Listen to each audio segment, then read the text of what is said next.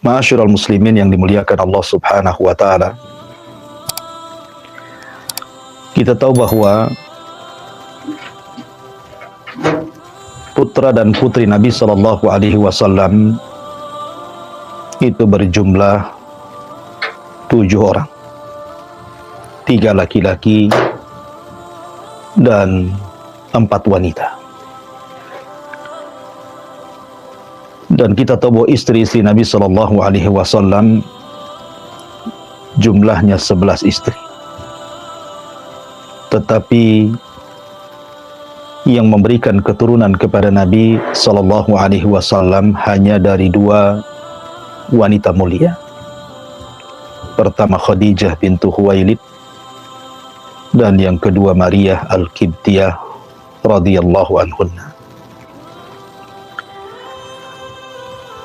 Ma'asyiral muslimin yang dimuliakan Allah Subhanahu wa taala. Adapun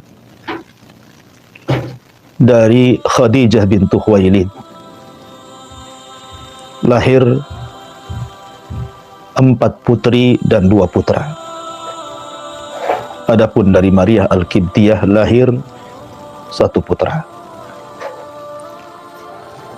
Kita urut dari putra-putra Nabi sallallahu alaihi wasallam.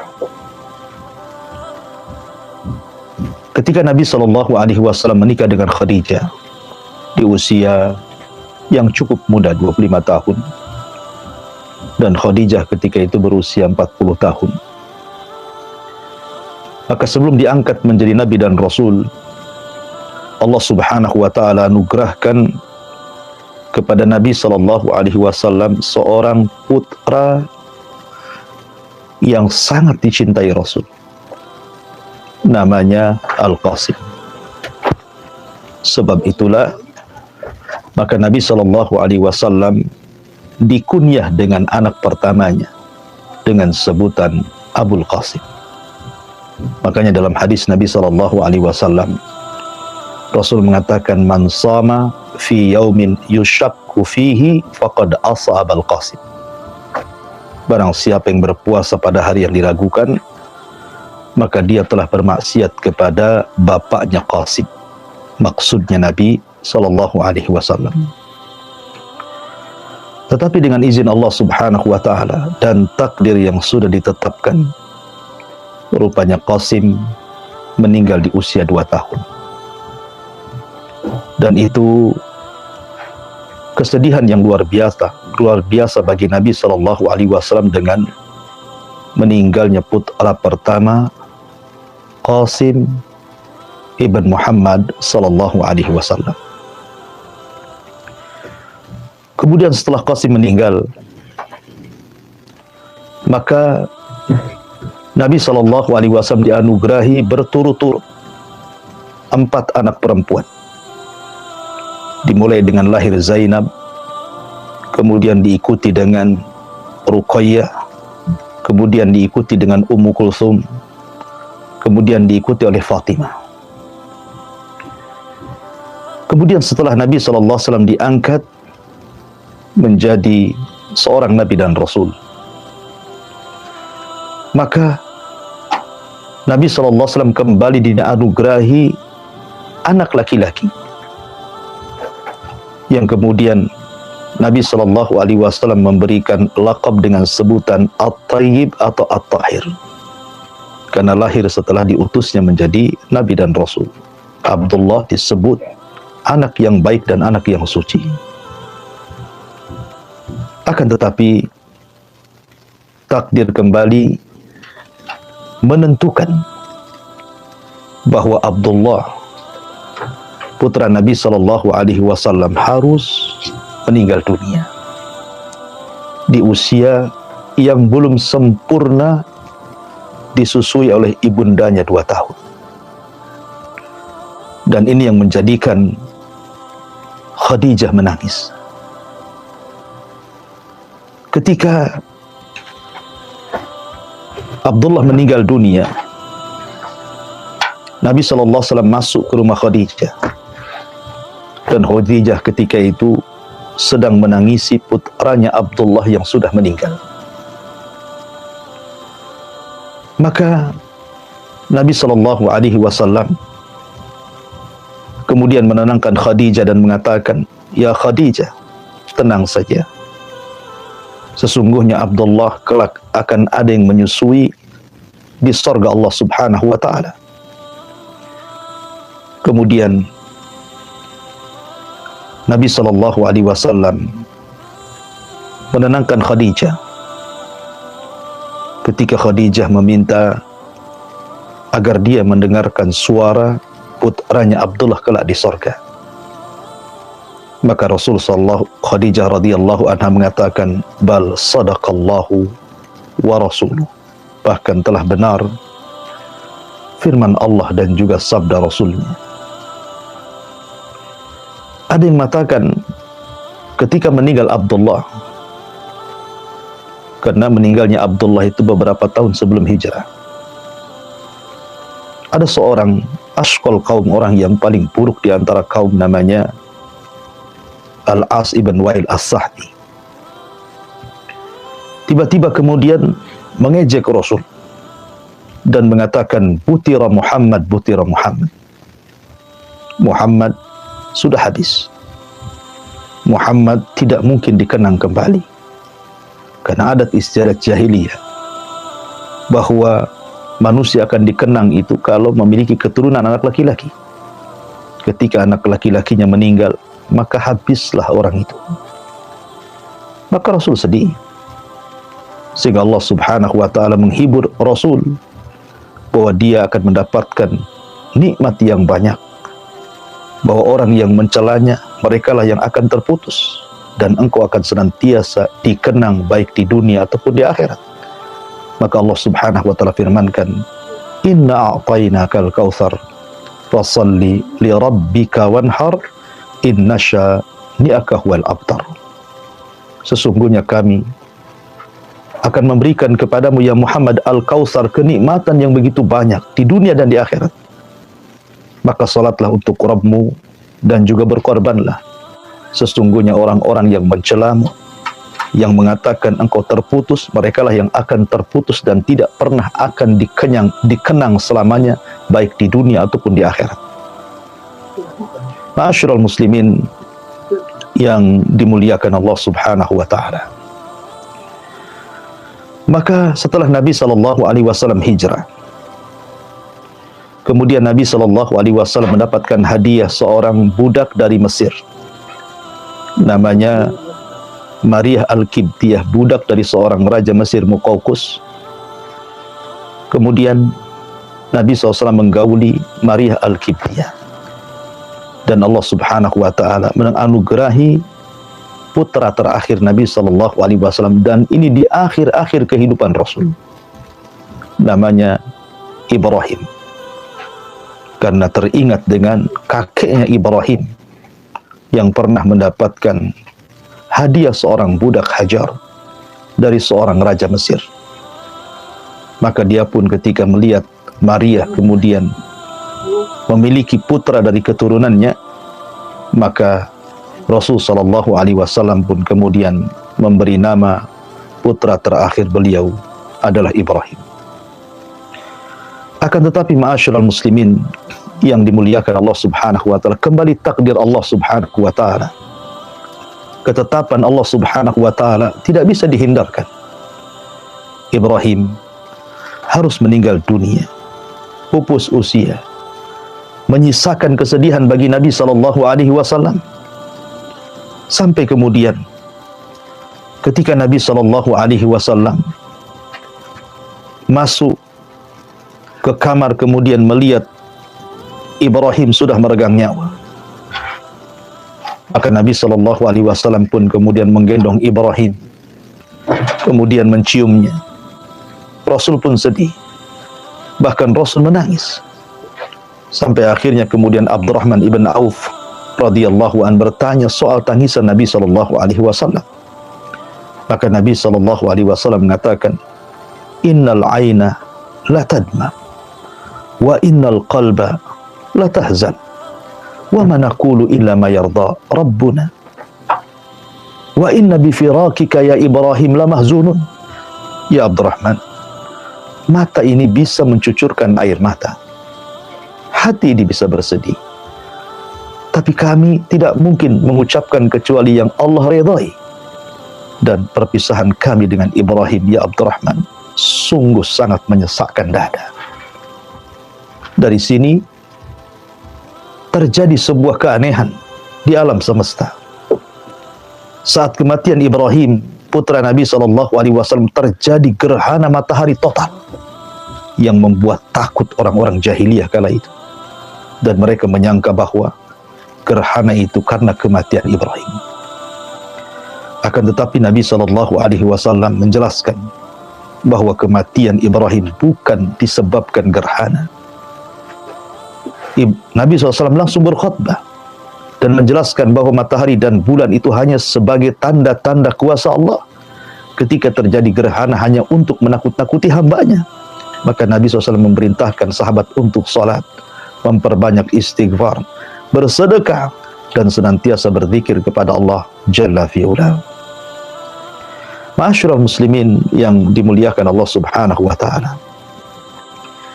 Adapun putri-putri Nabi SAW dan juga sebab-sebab wafatnya putri-putri Nabi, kemudian usia saat wafatnya, ini pun menyisakan kesedihan kepada Nabi SAW karena 3 putrinya meninggal sebelum Nabi SAW meninggal. Ma'asyiral muslimin yang dimuliakan Allah Subhanahu wa ta'ala. Dari sini ujian baru bagi Nabi SAW. Sudah semua putranya meninggal dunia, giliran putri-putri beliau, 3 di antaranya meninggal sebelum Nabi SAW wafat, kecuali Fatimah. Bagaimana kisahnya? Ma'asyiral muslimin yang dimuliakan Allah Azza wa Jalla. Yang pertama, putri Nabi SAW yang paling besar adalah Zainab. Zainab bintu Rasulullah SAW, putri daripada Khadijah bintu Khuwailid radhiyallahu anha. Dilahirkan sebelum Nabi SAW diangkat menjadi Nabi. Zainab pun kemudian menikah dengan seorang laki-laki, namanya Abul As ibn Rabi, dan keluarganya menjadikan percontohan kecintaan dalam keluarga Muslim sepanjang masa.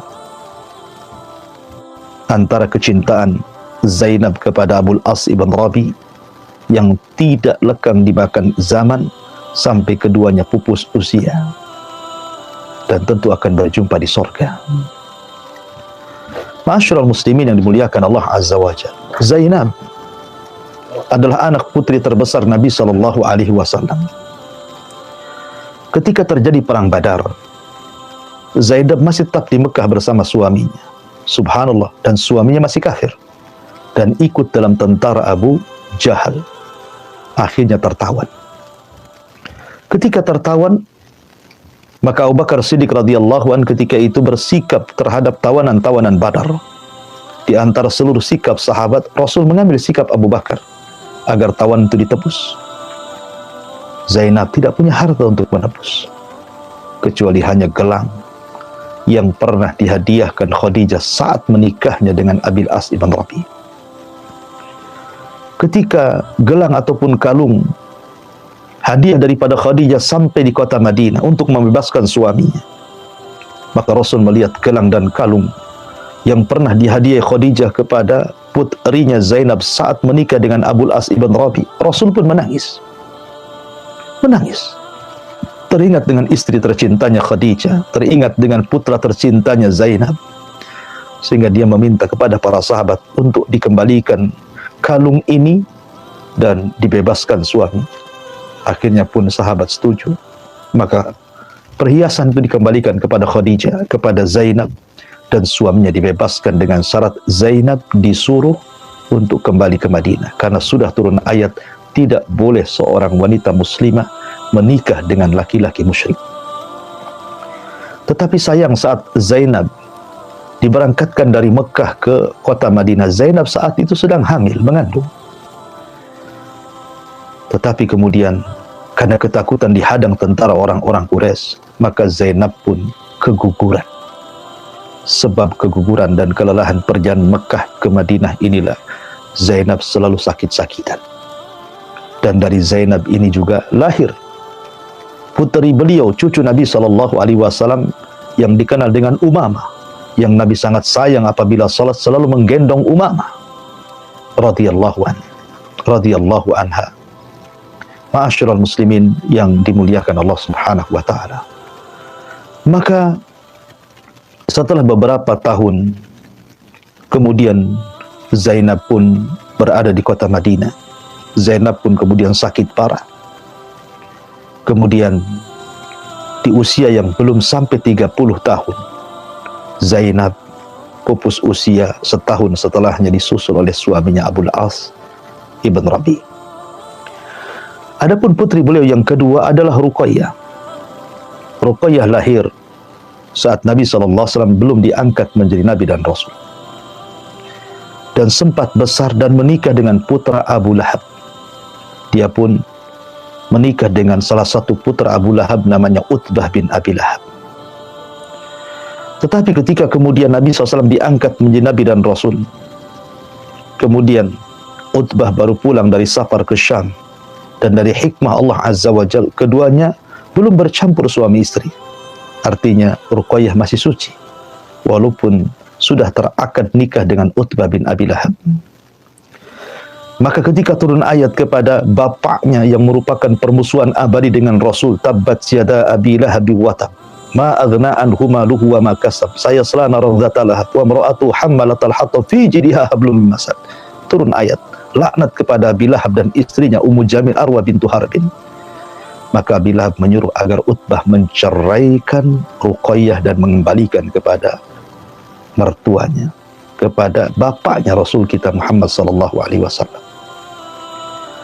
Maka selang kemudian masa idahnya berlalu, datanglah seorang sahabat mulia, sahabat yang paling dicintai orang-orang Quraisy, yang orang-orang Quraisy selalu mewanti-wanti anak-anak mereka, ahabbakar rahman ka hubbi Quraisyin li Utsman. Semoga Allah Subhanahu wa taala mencintai dirimu sebagaimana orang-orang Quraisy mencintai Utsman. Dialah Utsman ibn Affan radhiyallahu anhu. Datang kepada Rasul meminang Ruqayyah. Menikahlah Utsman dengan Ruqayyah. Dan orang-orang Arab memuji pernikahan keduanya, ahsanu zaujaini finnas. Dikatakan bahwa Ruqayyah dengan Utsman adalah sebaik-baik suami istri di tengah-tengah manusia. Ruqayyah wa zawjuha Utsman. Ma'asyiral muslimin, dan dua orang ini, dua orang mulia Utsman dan Ruqayyah adalah keluarga yang pertama kali hijrah dalam Islam ke Habasyah. Kemudian juga ikut hijrah ke kota Madinah setelah pulang ke Mekah, balik ke Madinah. Tapi sayang, setelah perang Badar, maka Ruqayyah pun harus pupus usia di usia yang masih muda. Ada yang mengatakan usianya baru 28 tahun. Belum sampai 30 tahun dia meninggal dunia. Maka Utsman pun sedih karena orang yang dicintainya meninggal dan dia sudah tidak jadi besan Nabi SAW. Kemudian putri Nabi SAW yang ketiga Ummu Kulsum. Ummu Kulsum juga beliau dilahirkan sebelum diangkat menjadi Nabi dan Rasul. Dan dia pun salah satu yang dipinang oleh putra Abi Lahab namanya Utaibah ibn Abi Lahab. Menikah dengan Ummu Kulsum. Tapi nasibnya sama dengan Ruqayyah. Ketika ayahnya Abu Lahab bermusuhan dengan Rasul karena dakwah, maka Abi Lahab meminta Utaibah untuk menceraikan Ummu Kulsum. Maka diceraikan Ummu Kulsum. Ketika Ruqayyah meninggal dunia, maka Nabi SAW mendapatkan wahyu dari Allah Subhanahu wa taala agar Ummu Kulsum menikah dengan Utsman. Makanya dikatakan oleh Ummu Ayyas, ma zawwajat Utsman Ummu Kulsum illa biwahyin minas sama. Tidaklah menikah Ummu Kulsum dengan Utsman kecuali karena wahyu dari langit. Kecuali karena wahyu dari langit. Tetapi sekali lagi bahwa takdir Allah harus menerpa Rasul. Ummu Kulthum pun harus meninggal dunia saat Rasul masih hidup. Bahkan saat Ummu Kulthum meninggal dunia, dijelaskan oleh Ummu Atiyah radhiyallahu anha, Nabi SAW masuk saat kami memandikan Ummu Kulthum. Kemudian Rasul mengatakan, igsilnaha thalathan au khamsan au akthar, mandikan dengan 3 cidukan, 5 cidukan atau lebih. Jika diperlukan maka menggunakan air dan pohon dan daun bidara, dan dalam basuhan yang terakhir gunakanlah dengan kafur atau sesuatu dari kafur. Maka Nabi SAW pun yang menguburkan Ummu Kulthum seraya membaca ayat minha khalaqnakum wa fiha nu'idukum wa minha nukhrijukum taratan ukhra. Sambil membaca ayat, Rasul memasukkan jasad Ummu Kulthum, dikebumikan, dikuburkan. Darinya kami ciptakan kalian, kepadanya kami kembalikan kalian, dan darinya pula kami akan keluarkan kalian. Dari sini semua putra Rasul dan 3 putri Rasul meninggal di saat Rasul masih hidup, kecuali Fatimah. Fatimah adalah salah satu putri Nabi SAW yang tetap hidup sampai Rasul wafat. Bahkan saat wafatnya Nabi, Fatimah dibisikkan oleh Rasul. Tiba-tiba kemudian Fatimah menangis. Kemudian dibisikkan kedua kalinya, tiba-tiba Fatimah tersenyum. Sampai Aisyah radhiyallahu anha yang usianya lebih muda dibandingkan Fatimah bertanya setelah wafatnya Rasulullah, apa arti tangisan dan senyuman Fatimah saat bisikan Nabi SAW? Maka Fatimah mengatakan, adapun aku menangis, Rasul membisikkan bahwa dirinya orang yang pertama kali menyusul Rasul meninggal dunia dari keluarganya. Adapun saya tersenyum karena Rasul membisikkan bahwa aku akan menjadi pemimpin para wanita di sorga. Setelah 6 bulan, dan Fatimah juga sudah menikah dengan Ali radhiyallahu anhu, maka Fatimah pun kemudian meninggal dunia. Ada yang mengatakan usianya di 39 tahun. Afwan, di 29 tahun. Artinya semua putri-putri Nabi SAW meninggal di bawah usia 30 tahun semuanya. Tidak sampai 30 tahun ke atas. Masih muda-muda. Ma'asyiral muslimin yang dimuliakan Allah Azza wa Jalla. Lalu apa hikmahnya? Kenapa putra-putra Nabi SAW harus meninggal? 3 putra Nabi SAW harus meninggal. Dimulai daripada anak pertama Qasim, kemudian anak kedua Abdullah, kemudian anak putra ketiga Ibrahim dari Maryah Al-Qibtiyah. Kata para ulama hikmah kenapa Nabi SAW tidak boleh punya anak laki-laki yang hidup. Yang pertama, karena kebiasaan seorang nabi, kalau punya anak pasti anaknya akan meneruskan kenabiannya. Ibrahim punya anak Ismail jadi nabi, kemudian punya anak Ishak jadi nabi. Ishak punya anak Yakub jadi nabi. Yakub punya anak Yusuf jadi nabi. Zakaria punya anak Yahya jadi nabi. Begitu kebiasaan para nabi. Nabi Daud punya anak Sulaiman jadi nabi. Kalau seandainya putra-putra Nabi SAW hidup, maka apa gunanya kalimat Khatamul Anbiya, penutup para nabi? Dan sabda Nabi SAW, la nabiyya ba'di, tidak ada nabi sepeninggalku. Jadi hikmah yang pertama, bahwa meninggalnya putra-putra nabi karena kebiasaan warisan para nabi diwariskan putra-putranya. Dengan meninggalnya putra-putra Rasul, berarti tidak ada nabi kecuali Nabi kita Muhammad SAW. Yang kedua, supaya tidak ada ghulu. Sebab kalau seandainya putra-putra Nabi SAW hidup, walaupun mereka tidak jadi nabi, boleh jadi akan banyak orang yang mengkultuskan. Jangankan lagi putra-putra nabi, kita lihat cucu Nabi Husain ibn Ali Bagaimana orang-orang Syiah terlalu mengkultuskan sampai sebagian mereka menuhankan. Maka supaya tidak ada hulu, tidak ada ekstrim dalam memuja dan memuji dalam Islam, sebagaimana orang-orang Nasrani tersesat karena terlampau memuji Isa, Yahudi tersesat karena terlampau memuji Uzair, maka dengan meninggalnya putra-putra Rasul, maka Islam menutup pintu al-hulu fiddin. Kemudian hikmah yang ketiga, bahwa Nabi adalah warisan semua manusia, bukan warisan putra-putranya. Nabi itu warisan kita semuanya.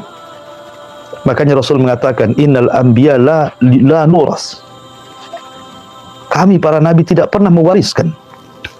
Yang kami wariskan semua sedekah bagi umatnya. Jadi Nabi itu warisan kita, warisan kita semuanya. Dan Nabi hanya mewariskan kepada para ulama. Makanya al-ulama warasatul anbiya. Ulama itu pewaris para nabi. Kemudian yang keempat hikmahnya, karena dengan tidak hidupnya putra-putra Nabi SAW, maka terjadi kekhilafahan.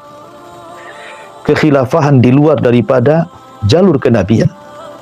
Abu Bakar dari Bani Taim, Umar dari Bani Adi, Utsman dari Bani Umayyah, Ali dari Bani Hashim. Sehingga terjadilah syura, dan itu menjadi hikmah luar biasa bahwa Islam digenggam oleh orang-orang sekitar Nabi SAW, dan tidaklah Rasul meninggal kecuali sudah tersiapkan dalam Islam semua ada.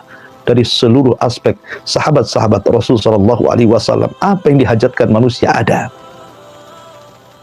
Dan itulah ilmu parenting yang luar biasa dari Nabi SAW, mampu mengkader setelah wafatnya. Yang dihajatkan dalam Islam ada semuanya. Dan yang terakhir itu hikmahnya, bahwa dengan meninggalnya putra-putra Rasul, di sini ada ujian berat bagi Nabi. Karena Rasul yang mengatakan, inna asyaddal bala indallahil anbiya, yang paling besar ujiannya hanya para nabi. Kemudian summal amsalu fal amsal, kemudian orang setelahnya. Artinya bahwa Anda yang tidak memiliki keturunan, Nabi punya keturunan tapi meninggal, sama juga tidak punya keturunan.